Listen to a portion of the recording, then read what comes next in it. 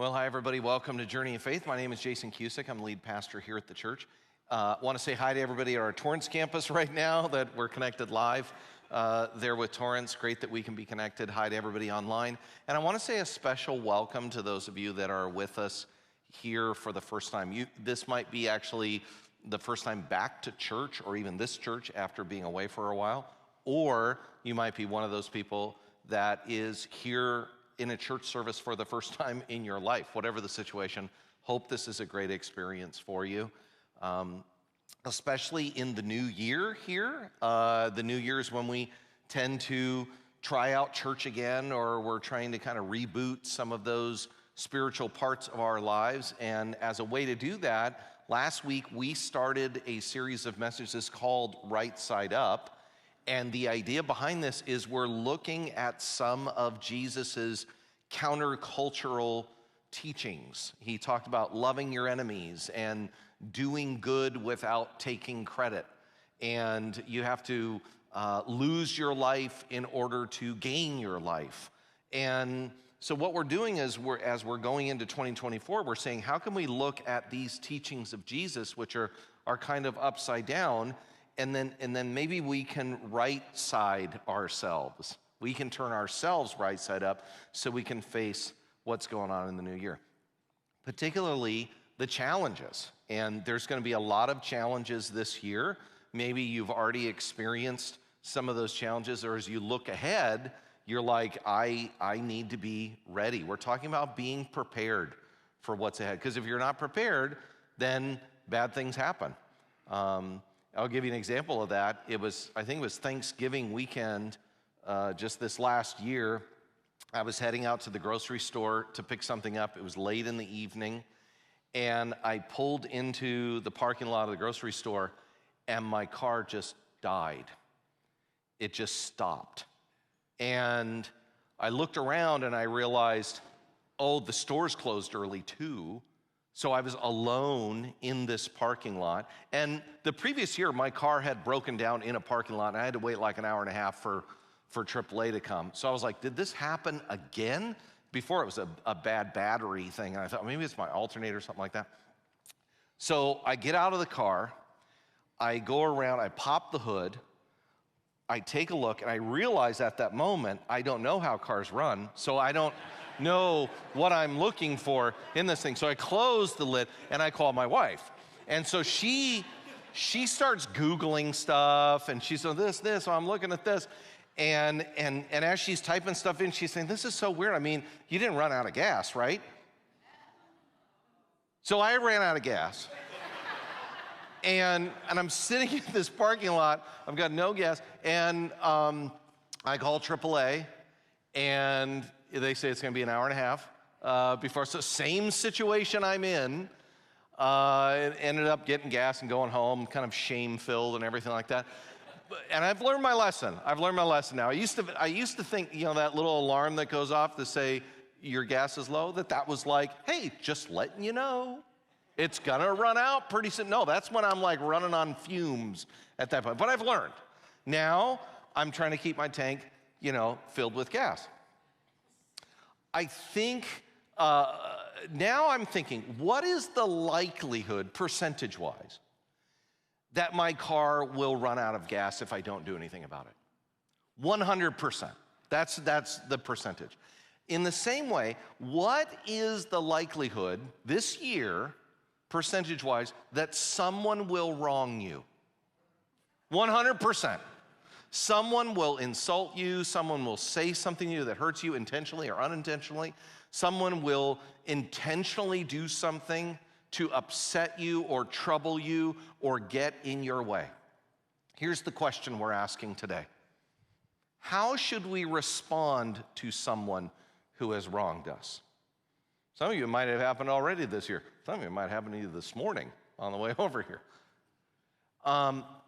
We want to respond in the best way. The way to respond in the best way is to be prepared. So here's the main idea for today. We can reprogram our responses into love. How? With Jesus' help. So what we're going to do is we're going to look at a section of Jesus' teachings where he addresses this. Here's where we can find it in the New Testament of the Bible. It's in the book of Matthew. If you have a Bible that you bring with you on Sundays, you can look up this reference. If you have your phone, if you want to read along, I'll have it on the slides here. If you don't have a Bible and you want a Bible to start off the year, we have some. When you leave today, you can go to our connections area. It's a table right outside here. It's right outside at Torrance. And we have a starter Bible for you. In fact, we can even look up this reference for you. We can put a little bookmark in there. So this week you can kind of read it on your own. This is a really big thing for us as a church, is that regularly we want to be reading the things that Jesus said and what the Bible says, and then saying, how does it relate to us? And so we're going to read this this morning.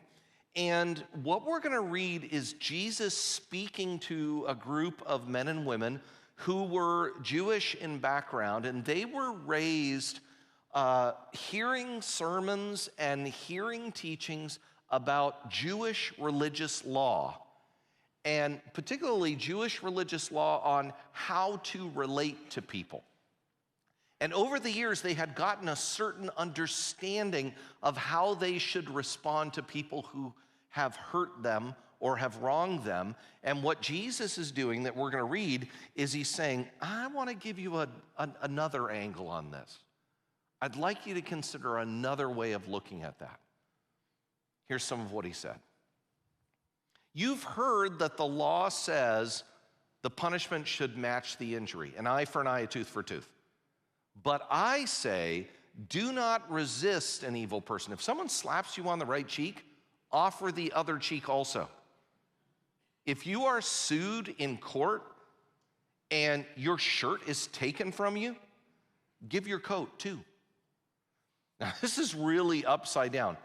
So particularly, Jesus is emphasizing a Jewish religious law that they would have been very familiar with. We've heard it. It's this one, an eye for an eye, a tooth for a tooth. Now, this is a really important religious teaching to be introduced into the world through Judaism.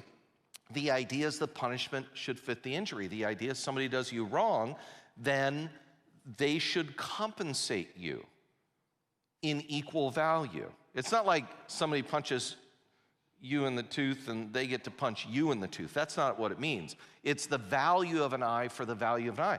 And this is a principle even within American law, that there should be equal compensation. It shouldn't go more. The reason this is so important in history is because retaliation and revenge was often worse in that day than the actual crime committed.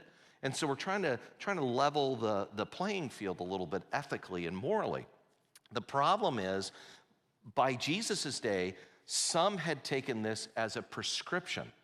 You hurt me, I am biblically allowed to hurt you the equal amount. And so it was retaliatory. And Jesus is saying, what would it be like if somebody hurt you and you didn't hurt them back? In fact, he gives this example. He says, what if someone slaps you on the right cheek? So when Jesus is writing this, the Roman Empire is actually oppressing the Jewish people, and it wouldn't have been uncommon for Roman citizens or Roman soldiers to actually slap Jewish people across the face. Now, he's not necessarily talking about like a fist fight, a punch. It's more like, I'm going to insult you, I'm going to embarrass you, I'm going to shame you. And Jesus is saying, what would it be like if somebody insulted you, embarrassed you, or shamed you, and you didn't try to do that back to them? What would that be like? In fact, what would it be like if somebody was insulting you and embarrassing you and shaming you, and you were to respond with love and generosity? That's the other example he gives. He says, if a soldier demands that you carry his gear for a mile, carry it 2 miles. Give those who ask, and don't turn away those who want to borrow. This is actually referring to a law that the Roman Empire dictated at that time, that if a Roman soldier was carrying all their armor and their gear, they could enlist a Jewish man or a woman and require them. The Jewish man or woman was required by law to carry all the soldiers' gear and equipment for at least 1 mile. And Jesus is saying, if someone were to do with it, if that oppressive military power requires you to carry their stuff, go the extra mile. That's where we get that from. He's saying, don't just go 1. Right then, see, your average Jewish person is, I'm not going to carry that for you. You're like an oppressive leader in my life. I'm not going to help you. He says, not only should you help them, but right when you get to that mile marker and that Roman soldier thinks you're going to drop that gear and walk away, then you turn to that Roman and says, I can go another. Let me help you with this some more. And then as you're going, that second mile, that's when you can ask some questions. You can say, tell me about your family. Tell me about your faith. During that second mile, you can be praying for that oppressive person in your life. Who knows what's going to happen in that second mile, because that second mile is when the Roman goes, what do you believe? What is your faith and your values that are causing you to be generous to somebody like me? Jesus says one more thing. He talks about one of the laws they've heard. You've heard that the law, the Jewish religious law, says, love your neighbor and hate your enemy. But I say, love your enemies. Pray for those who persecute you. This actually, love your neighbor, is a very important part of Jewish religious law. But by the time Jesus' day rolled around, people understood neighbor as the people who think like me, believe like me, and live like me. So they're like, oh, of course I should love the people who are like me and believe what I do and live the way I do. And if I love those people, then I guess I should hate the other people. But that phrase, hate your enemy, is not part of Jewish law. In fact, Jewish law says to do good to your enemy. So they had kind of come to a conclusion that I should love the people who are like me and I should hate the people that are against me. And Jesus is going, you got that wrong. You know what you should do is you should pray for the people who are against you. You should pray for the people who are not like you. And don't pray that something bad would happen to them. Pray goodness. That's what happened in my life. When I was in high school, I wasn't a follower of Jesus in high school, and I had 3 or 4 friends that were committed Christians. They were the nicest people to me. We were really good friends. And they were talking to me about God's love and what it means to have faith. They weren't pushy, but they were the friendliest people in my life. And they prayed for good things to happen to me. And when I became a follower of Jesus, I was like, this is what it's about. In fact, I found this wonderful Bible verse that actually shapes how I operate and how we do things as a church when it comes to people who believe differently. It says, don't you see how wonderfully kind, tolerant, and patient God is with you? Can't you see that his kindness is intended to turn you from your sin?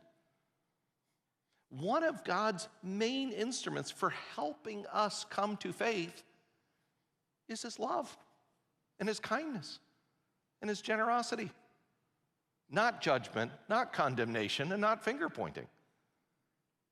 So that means when people are wronging us, intentionally or unintentionally, the right side approach might be different than that instinctual response that we have. Remember the main idea here? We can reprogram our responses into love with Jesus' help. Let me show you a couple of ways we can do that. Here's one way. Prepare to practice loving people. Prepare, right? The reason I ran out of gas is I wasn't preparing. I wasn't keeping my tank full. And then I ended up running on fumes.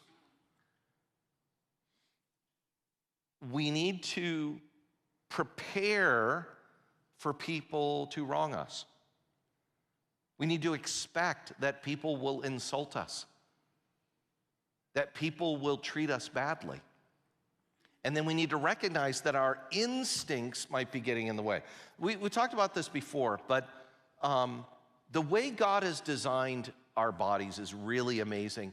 And particularly in our brain, we have a small kind of almond-sized area of the brain called the amygdala. And the amygdala is the part of the brain that's responsible, it's kind of like the threat center of the brain. So when we feel wronged or hurt or afraid or threatened, that part of our brain lights up, and then God's designed our body to respond instinctually with one or more immediate reactions. And here they are. We have that fight response, right? We feel threatened, and so we defend ourselves and we get upset or we fire back. We have that flight response where we're like, oh, I feel threatened, I'm getting out of here. I don't want to deal with it, I need to get away. We have that freeze response. You see this in nature videos where there's like an animal coming up and the other animal just kind of like sits there. We do that sometimes. You ever been in a meeting and the boss goes crazy and you're like, I'm not gonna say anything, I'm just gonna freeze. And then you have that fawn response, and that's the people-pleasing response, right? Where you're like, oh, this person's upset. I better start finding ways to help that person like me. Now, this is a wonderful thing. These are those instinctual responses that keep us safe in situations. The problem is that in interpersonal relationships, these instinctual responses can actually get in the way of the responses that Jesus wants us to have to people. Like, what's your default out of these four things? Some of you are like, I'll fight anybody, Or some of you are like, I avoid, whenever I feel threatened, I just disappear. I'm gone. For me, it's the first one and the fourth one are my go-tos. And it changes on situations, right? But like, you challenge me, and I've got enough debate training. I'm not gonna physically fight you, but I will intellectually fight you. And that is a reflex that I have. The other one is fawning. You're upset with me, I'm gonna try to get you to like me. And while those instincts can prevent me from harm, they can get in the way of how Jesus wants me to respond. There's a fifth way that Jesus wants us to respond. He wants us to respond with faith. So here's an action step. This week, love someone in a sacrificial or inconvenient way. Start loving people sacrificially and in a way that might be inconvenient to you, because you need to start practicing that. We need to start practicing that, because when the person harms us, we'll be like, oh, I know how to respond. I've been practicing for a while. Maybe instead of fighting that, you have somebody in your life that is like oppositional to you. Somebody you don't get along with, somebody you don't agree with for one reason or another. Instead of fighting that person, maybe you can just start trying to understand that person better. Maybe you're one of those people that when there's a problem, you run away from it, and that feels convenient to you. Maybe it's more of a sacrifice to stick in there and have a conversation and deal with the discomfort of the conversation. Have kindness, but be honest, and stick in there and work toward resolution. That's the Jesus response. Whatever it might look like for you. Now, and I'm talking about at school, at home, at work, in your neighborhood, but we can practice together here. Because one of the biggest reasons why I think that we have a problem responding to people in the right way when they wrong us is a lot of times people are different than we are. We just have differences. And the good part is we don't have to go outside of the surroundings of our own church to interact with people who are different than we are. So I mentioned last week that we did this Barna church survey, and we asked for demographic info.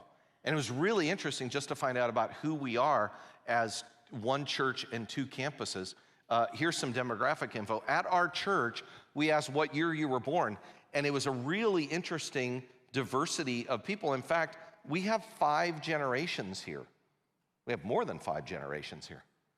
So as we're interacting with each other, we probably need to remember to be sacrificial, and we might have to step into some inconvenience in order to understand we're interacting with different people.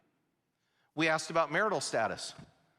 And this is really interesting because I think if you're married, You look around, you go, yeah, most people here are married, or if they're not married, they're going to be married at some point. But actually, over a third of us are not married.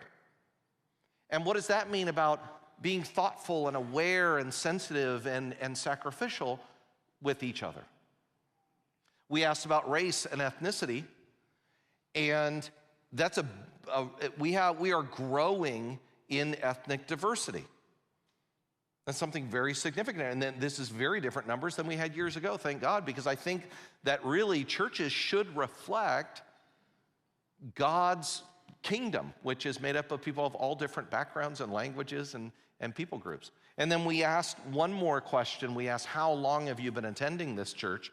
And this is really interesting, that over 50% of our people are less than 5 years.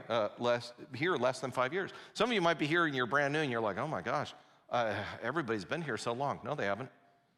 Most people haven't been. The majority of people have only been here for 5 years or less. And if you're somebody that's been here a long time, you know, because you look around and say, I don't even know anybody. Now, this is a big challenge for those of us that have been here a long time, because the sacrificial inconvenient thing is, guess what? You should get to know new people. Because a lot of us tend to stick with the group that we've known the longest. No, it's about building new relationships. So again, how can we respond better to people who have wronged us? Prepare to practice loving people. Prepare. Get in front of this. Think ahead. Where will my challenges be? And how can I reread some of these teachings of Jesus and begin responding, not instinctually with my brain's normal responses, which might be more retaliatory or self-protective, because our personalities are that, right? Our personalities are in some ways ingrained defense mechanisms that we have learned over the years. But how could I be someone different that's not just responding instinctually, but responding from a place of faith? And then here's the other way. Jesus was very clear about this. Start praying for your enemy. Now, some of you might be like, I don't have any enemies.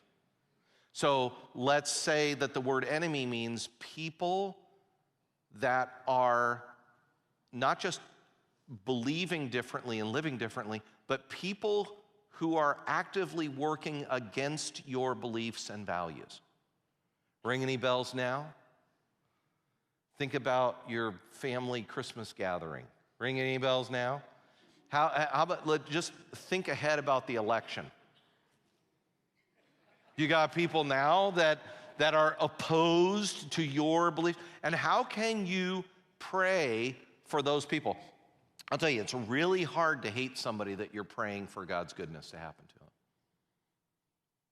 In fact, I want to challenge you to make a list of those people. Let's call it a transformational enemy list. These are people that are right now your enemy, but because you're praying for them and developing, they're going to become your friends later.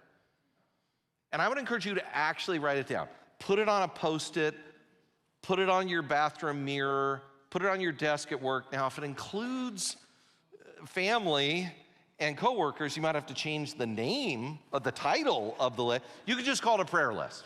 You could do that. But in your mind, you're like, I'm praying for these people, and these are the people that I actually don't want to pray for. And again, remember, you're not praying for something bad to happen to them, you know? You're praying for goodness to fall on them. That's what you want to have happen. And the goal is, not only are you praying for goodness to happen to them, but you're trying to change this instinctual, retaliatory, self-protective instinct. So I was thinking about this because I was watching the KU versus Wichita basketball game a couple of weeks ago, and I was watching these guys do these will in the baskets. future, but he needs to shoot it soon. And it was just a year ago, Final 14 match. Another open look for Harris. Jackson trying to I was catch watching, I was like, this is three on the way. amazing. I mean, just like Jackson had some key moments in that. Hey, Fran Priscilla's talking about you. Jackson gets in the lane, pull up on the like, lane. Yeah, you play in this system, you will. how do they do Three that? from the corner. You know? Now, I know it's talent, and I know these guys are monstrously tall. But you know how they're doing it? It's muscle memory. It's because they're shooting over and over and over and over and over and over. And there's something about the muscle memory and their body and their mind and their practice that when they get into the right spot, it's nothing but net. I think that's what Jesus is trying to get us to do with the spiritual life. That we would be practicing loving people and praying for our enemies over and over and over and over and over and over, so that when someone wrongs us, our instinct is, man, I need to pray for that person. When someone wrongs us, we go, boy, what's happening in that person's life? I really need to show them some love. That when somebody wrongs us, we go, gosh, I hope I didn't do anything to inspire that. Let me ask. Let me check in with that person. If we are going over and over and over again with responding, with reprogramming how we respond to move from retaliation to love, Jesus says, when you act like this, you'll be acting as true children of your Father in heaven. Because he says, for God gives sunlight both to the evil and to the good, and he sends rain on the just and the unjust alike. I like that. When God's like, boy, I want to give a beautiful day of sunlight to my creation. Which humans are deserving of it and which aren't? He says, no, I give to everybody. Oh, the crops are struggling. Which sinners should I keep rain from? And then which wonderful people should I give rain to? He says, no, God doesn't do that. He says, Jesus says, if you love only those who love you, what reward is that in that? Even corrupt tax collectors do that much. If you're kind only to your friends, how are you different than anyone else? He's like, be different. As a follower of Jesus, you should be more loving than anyone else, and you should be less retaliatory, because that's who God is. And he finishes with this. He says, you are to be perfect, even as your Father in heaven is perfect. Now, if you struggle with that one, so do I. I was like, I ain't perfect. I don't know what you're asking of me. I got stuck on that word perfect. Some of you grew up in homes who are like, you gotta be perfect. So I looked up the earliest copies of the New Testament that we have are written in Greek. And the word here for perfect is really interesting. It's this word. And it means wholeness, maturity, and completeness. So I think it's kind of like, a kid grows up and you've known them since they were little, and they grow up and you go, oh my gosh, you're all grown up, you're perfect. It doesn't mean like you are without sin. It means you've reached maturity. You've grown up. I think that's what Jesus is saying. When someone wrongs you, grow up. Act like a mature person. Act like a complete, whole person. Be the grown-up. Now, some of you are like, I'm trying. It's hard, though. This is hard reprogramming to do. The good news is this Greek word is also in the present tense, which means it's something you keep doing. It's almost like Jesus is saying, let's keep growing up. Let's keep maturing. Every opportunity is an opportunity to respond in a mature way. Here's what we talked about today. We can reprogram our responses into love with Jesus' help. Prepare and start praying. Let me finish by going back to me being stuck in the parking lot because I ran out of gas. I wasn't prepared. I was running on fumes. I needed to fill my tank. This year is a leap year.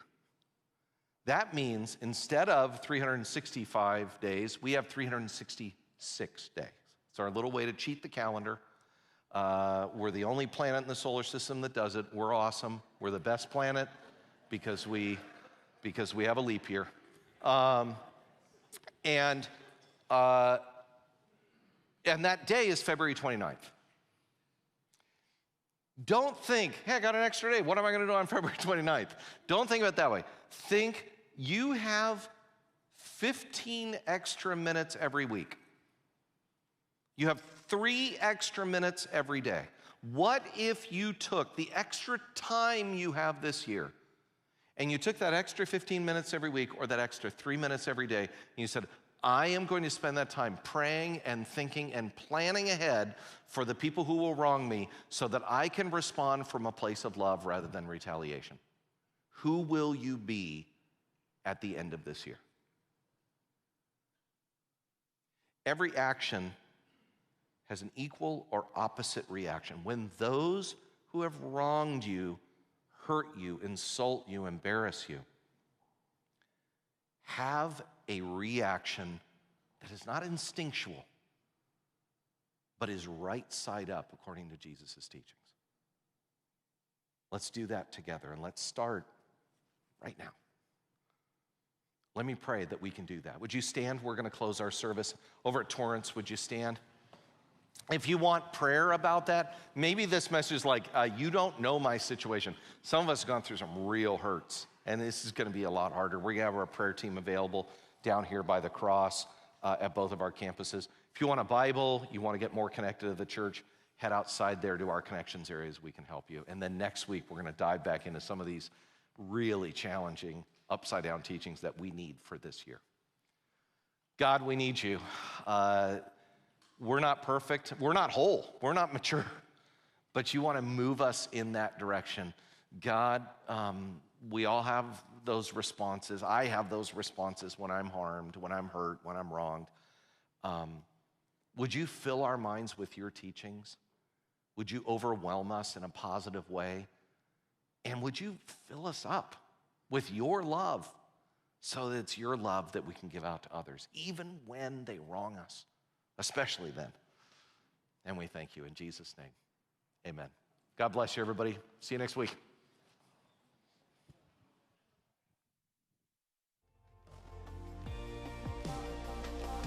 You are the God of the valleys. You're the God in the storm and through every battle. Yes, I know who you are. You're my anchor of hope in the rage of the seas. You are the God